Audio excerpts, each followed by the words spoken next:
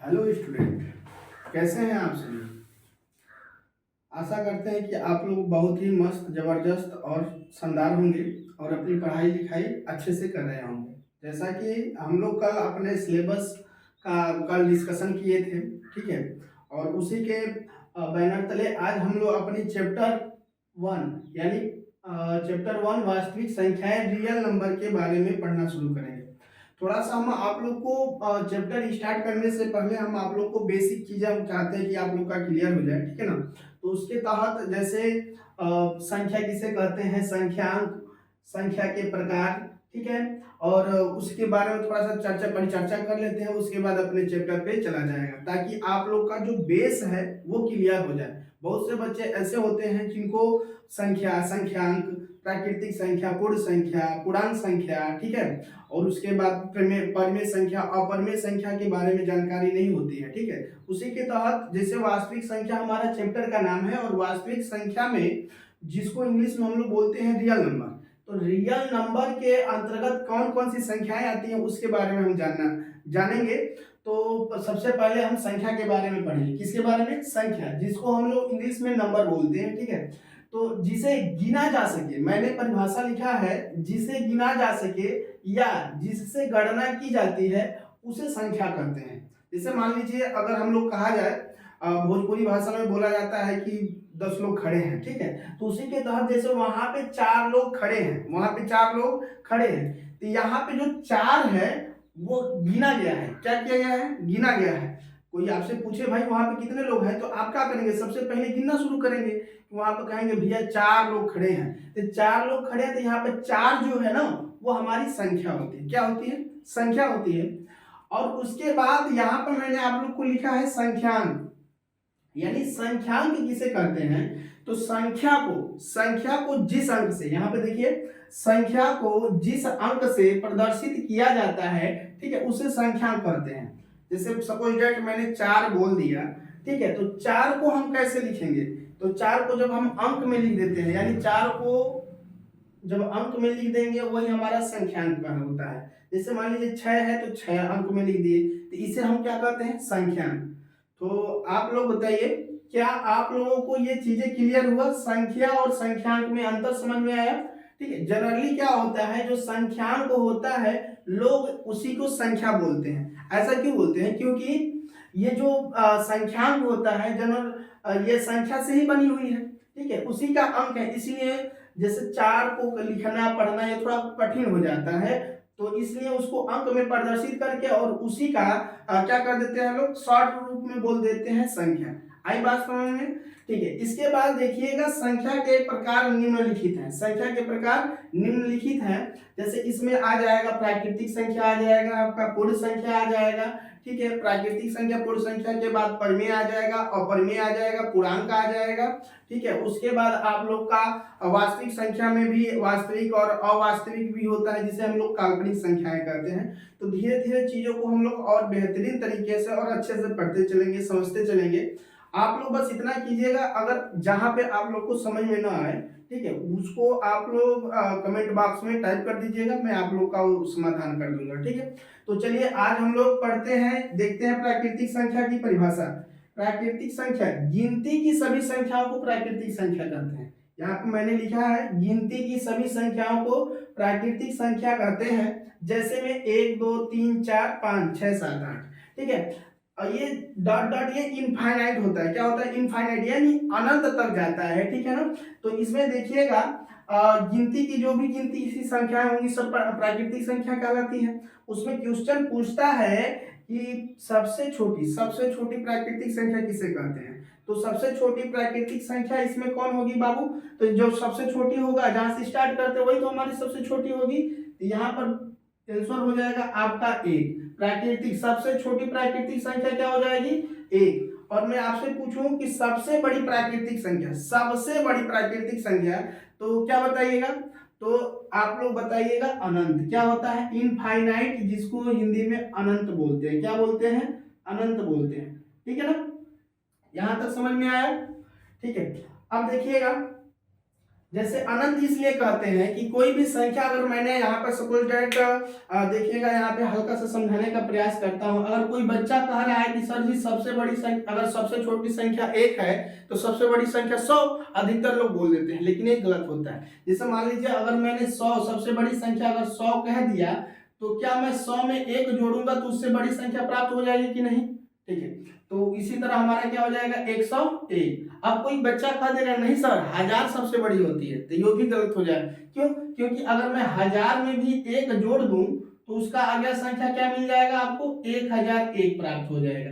तो इसी तरह अगर हम सबसे बड़ी संख्या, प्राकृतिक संख्या में सबसे बड़ी संख्या की बात करेंगे तो वो अनंत हो जाएगा। यहाँ तक क्लियर? अगर आप लोग को कोई दिक्कत हो तो जरूर टाइप कर दीजिएगा, ठीक है। अब आगे देखिएगा, इसके बाद हम लोग पढ़ेंगे पूर्ण संख्या। क्या पढ़ेंगे? पूर्ण संख्या। पूर्ण संख्या में जब हम पूर्ण संख्या किसे कहते हैं, तो पूर्ण संख्या जब प्राकृतिक संख्या में पहले जीरो यानी शून्य को सम्मिलित कर लिया जाता है तो उसे पूर्ण संख्या कहते हैं। तो उसे हम क्या कहते हैं? पूर्ण संख्या।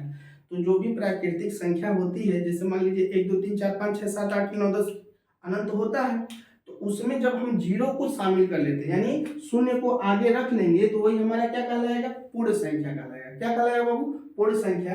तो यानी 0 1 2 3 4 5 6 7 डॉट डॉट डॉट कहां तक? ये अनंत तक होता है, यानी पूर्ण संख्या आप लोग का अनंत तक होता है, ठीक है। अब यहाँ पे भी एक क्वेश्चन बनता है, चूंकि बोर्ड पे अभी लिखे नहीं है तो उसको हम समझा देते हैं मुख से बोल के, ठीक है। जैसे सबसे छोटी प्राकृतिक संख्या होता है, उसी तरह हम इसको क्वेश्चन बनाएंगे, सबसे छोटी पूर्ण संख्या किसे कहते हैं? तो आप लोग क्या बताइएगा? सबसे छोटी पूर्ण संख्या शून्य होता है। क्या होता है? शून्य होता है। उसके बाद इसी तरह मैं पूछ दूं सबसे बड़ी पूर्ण संख्या क्या होगी? तो अनंत बताइएगा। क्या बताइएगा आप लोग? अनंत होता है, ठीक है। तो इसके बाद दोनों ये चीजें क्लियर हुआ, प्राकृतिक संख्या, पूर्ण संख्या, और इसके बाद हम लोग परिमेय संख्या पढ़ेंगे। और परिमेय संख्या पढ़ेंगे जैसे जैसे चैप्टर वाइज आएगा वैसे वैसे हम लोग पढ़ते चलेंगे। अब चलते हैं हम लोग अपने वास्तविक संख्या। किस पे चलते हैं? वास्तविक संख्या। और उसमें हम लोग एक पहला जो पॉइंट है यूक्लिड विभाजन एल्गोरिथम। यूक्लिड विभाजन एल्गोरिथम जिसको हिंदी में बोलते हैं यूक्लिड विभाजन प्रमेयिका, ठीक है। तो उसके बारे में हम लोग परिचर्चा करेंगे, वो कैसे बना है उसके बारे में पूरा डिस्कशन करेंगे और अच्छे से पढ़ते चलेंगे, ठीक है। तो चलिए अब आगे की तरफ हम लोग बढ़ते हैं। चलिए इसी तरह अब हम लोग सम संख्या की बात करते हैं। सम संख्या इसको बोलते हैं इवन नंबर, ठीक है। तो इसका अगर परिभाषा की बात करें तो जो संख्या 2 से पूर्णतः जो संख्या 2 से पूर्णतः विभाजित हो जाए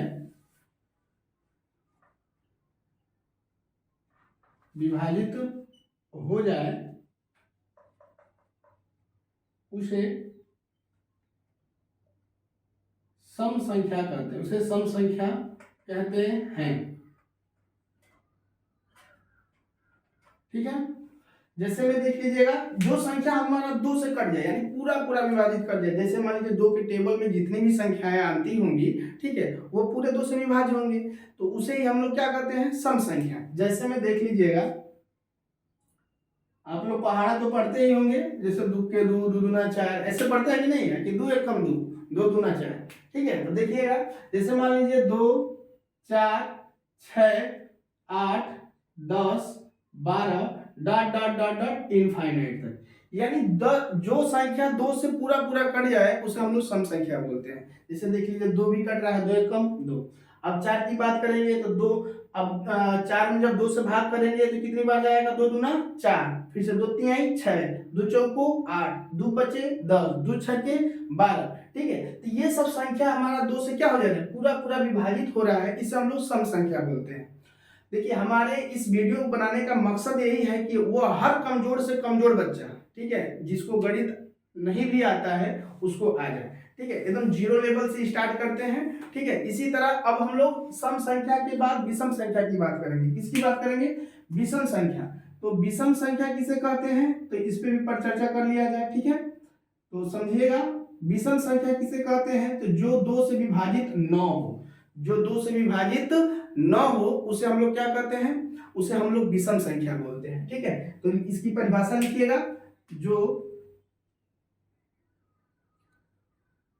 जो संख्या 2 से पूर्णतः विभाजित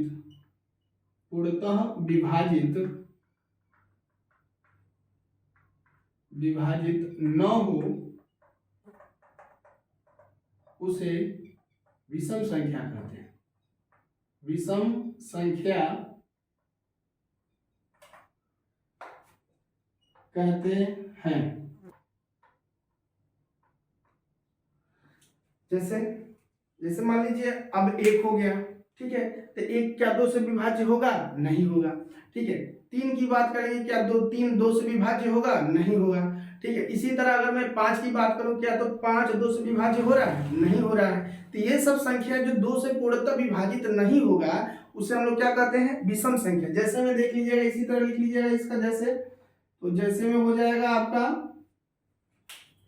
1 हो जाएगा, 1 हो गई, 3 हो गई, 5 हो गई, 7 हो गई। ठीक है, इसके बाद आपका 9 हो जाएगा। ठीक है, और इसी तरह डॉट डॉट आगे इनफाइनाइट तक होता है। कहाँ तक जाएंगे? इनफाइनाइट, यानी जो 2 की टेबल में 9 आता हो वो सभी संख्या हमारे विषम संख्या कहलाती है। ठीक है, इसके बाद हम लोग अब बात करते हैं भाज्य संख्या। इसकी बात करेंगे भाज्य संख्या। भाज्य संख्या किसे कहते हैं? ठीक है, तो इसके बारे में थोड़ा जान लेते हैं। भाज्य संख्या, देखिए हर टॉपिक को हम लोग क्लियर करते चलेंगे, हर पॉइंट को पढ़ते चलेंगे ताकि आप लोगों को अच्छे से अच्छे समझ में आ जाए। ठीक है ना, तो भाज्य संख्या किसे कहते हैं? तो जिसका केवल हम कह सकते हैं जो स्वयं से कटे, ठीक है, या किसी अन्य संख्या से कटे, ठीक है, उसे हम क्या कहते हैं? उसे हम लोग भाज्य संख्या कहते हैं। जैसे मान लीजिए आप लोगों का जो स्वयं से भी कटता हो और 1 से भी कटता हो, ठीक है, किसी अन्य संख्या से भी अगर कट जाती है तो वो संख्या भाज्य संख्या कहलाती है। जैसे अगर मैं कहूं, यहाँ पे देखिएगा, इसकी पहले परिभाषा लिख लेते हैं हम लोग। इसकी परिभाषा लिखिएगा, जो संख्या 1 व स्वयं तथा किसी अन्य संख्या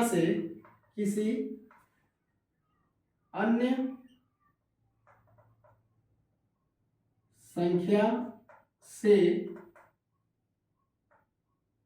पूर्णतः विभाजित हो जाए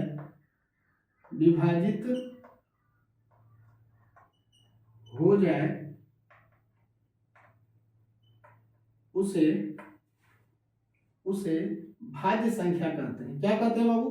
उसे भाज्य संख्या कहते हैं।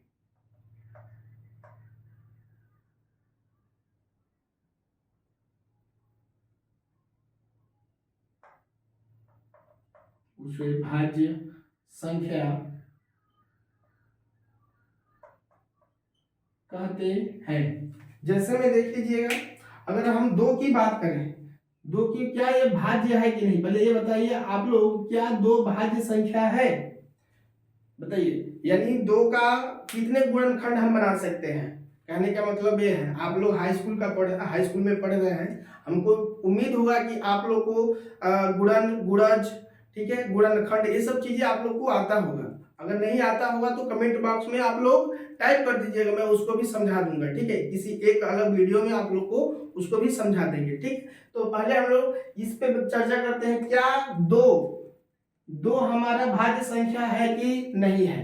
तो 2 हमारा भाज्य संख्या नहीं है। ठीक है, क्यों नहीं है? क्योंकि इसका जो भी हम अभाज्य गुणनखंड बनाएंगे, यानी इसको काटना चाहेंगे, तो केवल यह 1 से कटेगा और नहीं तो स्वयं, यानी स्वयं किस संख्या से कटेगा? स्वयं 2 से कटेगा। इसलिए यह भाज्य संख्या नहीं है। ये भाज्य संख्या नहीं है। ठीक है, तो बात आती है भाज्य संख्या कौन होगी? सॉरी, भाज्य संख्या नहीं है। तो इसलिए बताइएगा, तो भाज्य संख्या क्या कौन होगी? तो क्या 3 हमारा भाज्य संख्या होगा? तो नहीं होगा। तो भाज्य संख्या क्या हो सकता है? 4 होगा। क्वेश्चन भी पूछता है कि सबसे छोटी भाज्य संख्या कौन होती है, तो कभी भी बताइएगा क्या, 4। गलती से कभी 2 मत कह दीजिएगा, क्योंकि अक्सर बच्चे यहाँ पे गलती करते हैं। तो सबसे छोटी भाज्य संख्या कौन होती है, 4। अब इस पे भी चर्चा कर लेते हैं, क्यों 4 होता है, इसके बारे में थोड़ा जान लेते हैं। देखिएगा, जैसे मैंने 4 लिया, तो 4 को हम कितने कितने संख्याओं से भाग दे सकते हैं। देखिए 4 को हम 1 से भी काट सकते हैं, 1 चौक को 4, पूरा पूरा कट जाएगा। फिर से 4 को हम 2 से भी काट सकते हैं, फिर से 4 को 4 से यानी स्वयं से भी काट सकते हैं। तो बताइए इसके गुणनखंड कितने बने, 3 बने, ठीक है ना। तो 1 और 2 और स्वयं वो संख्या। तो कभी भी हम लोग परिभाषा में लिखा है, जो संख्या एक को वह स्वयं तथा किसी अन्य संख्या से पूर्णतः विभाजित तो हो जाए उसे भाज्य संख्या कहते हैं, ठीक है ना। तो 4 सबसे छोटी ऐसी संख्या है जो स्वयं 1 से भी कटती है, 2 से भी कटती है और स्वयं से भी कटती है। तो इसलिए सबसे छोटी भाज्य संख्या क्या हो जाएगी, 4 हो जाएगा। तो इसी तरह आप लोग बताइए, क्या 5 भाज्य संख्या है, नहीं है। क्या 6 है, तो बिल्कुल है। अब 6 को भी देख लीजिए, जैसे मान लीजिए अगर 6 संख्या को हम लोग लेते हैं, तो 6 को हम लोग 1 से भी काट सकते हैं, 2 से भी काट सकते हैं, 3 से भी काट सकते हैं और स्वयं वो संख्या खुद 6 भी है जिसको हम लोग काट सकते हैं। तो इस तरह हम लोग किसी को क्या बोलते हैं, भाज्य संख्या बोलते हैं। क्या बोलते हैं बाबू, भाज्य संख्या बोलते हैं। इसी तरह अब हम लोग किसके बारे में डिस्कशन करेंगे, तो आप लोग देखिए इसको नोट करते जाइएगा, मैं बीच बीच में हट जाऊंगा, आप लोग स्क्रीनशॉट ले लीजिएगा, इसको नोट कर लीजिएगा, ठीक है। और देखिए इसको अभी जल्द से जल्द स्क्रीनशॉट ले लीजिए ताकि हम आगे भी बढ़े। चलिए देखिएगा, अब मिटाते हैं। अब आते हैं किस पे, हम लोग अभाज्य संख्या पे आते हैं। किस पे आते हैं, अभाज्य संख्या पे।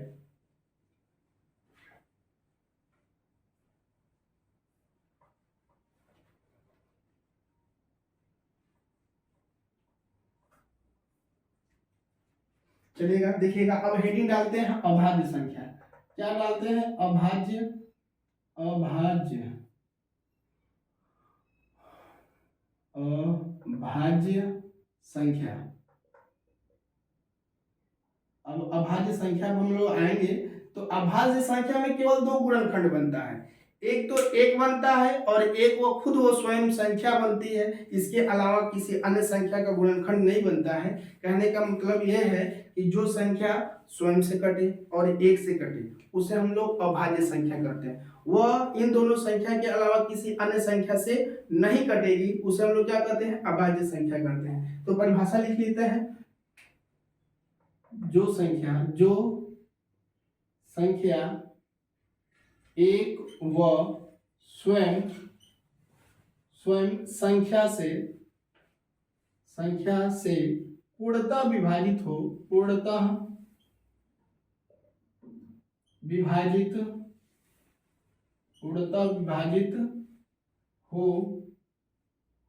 उसे अभाज्य संख्या कहते हैं। उसे क्या कहते हैं, अभाज्य संख्या कहते हैं। देखिएगा, जैसे चीजें आप लोगों को अगर स्पष्ट ना दिखाई दे तो मैं अपने जैसे मौखिक बोल ही रहा हूं, तो मौखिक को ध्यान से सुनते रहिएगा और उसको नोट डाउन भी करते रहिएगा। मैं साथ साथ बोर्ड पे लिखता भी जा रहा हूं, ठीक है ना।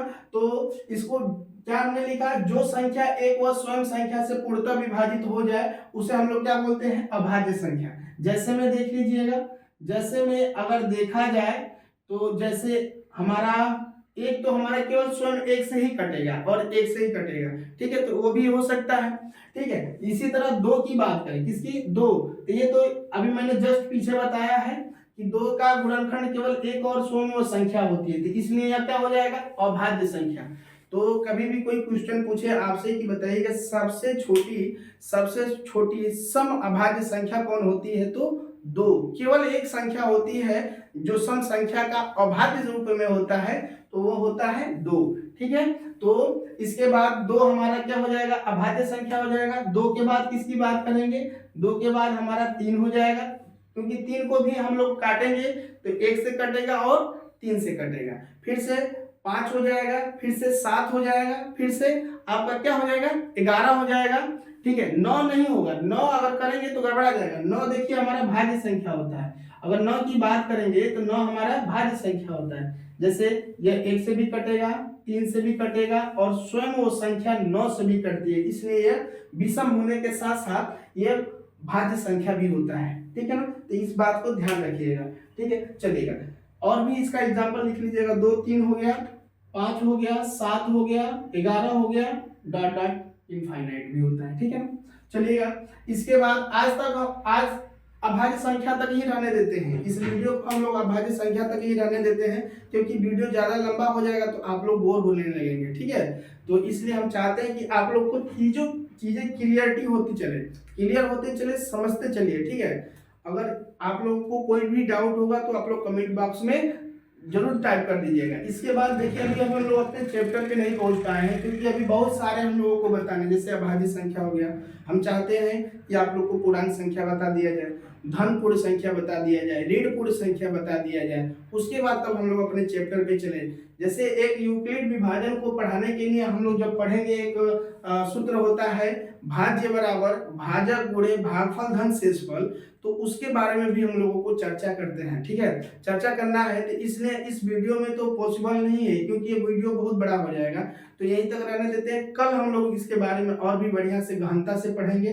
तो कैसा लगा आप लोगों को क्लास, आप लोग जरूर बताइएगा, कमेंट बॉक्स में टाइप कर दीजिएगा। ठीक है, अच्छा लगे तो लाइक कमेंट शेयर और सब्सक्राइब भी करते चलिएगा साथ साथ में। चलिए फिर से पुनः आप लोग को कल मिलते हैं। धन्यवाद। जय हिंद, जय भारत।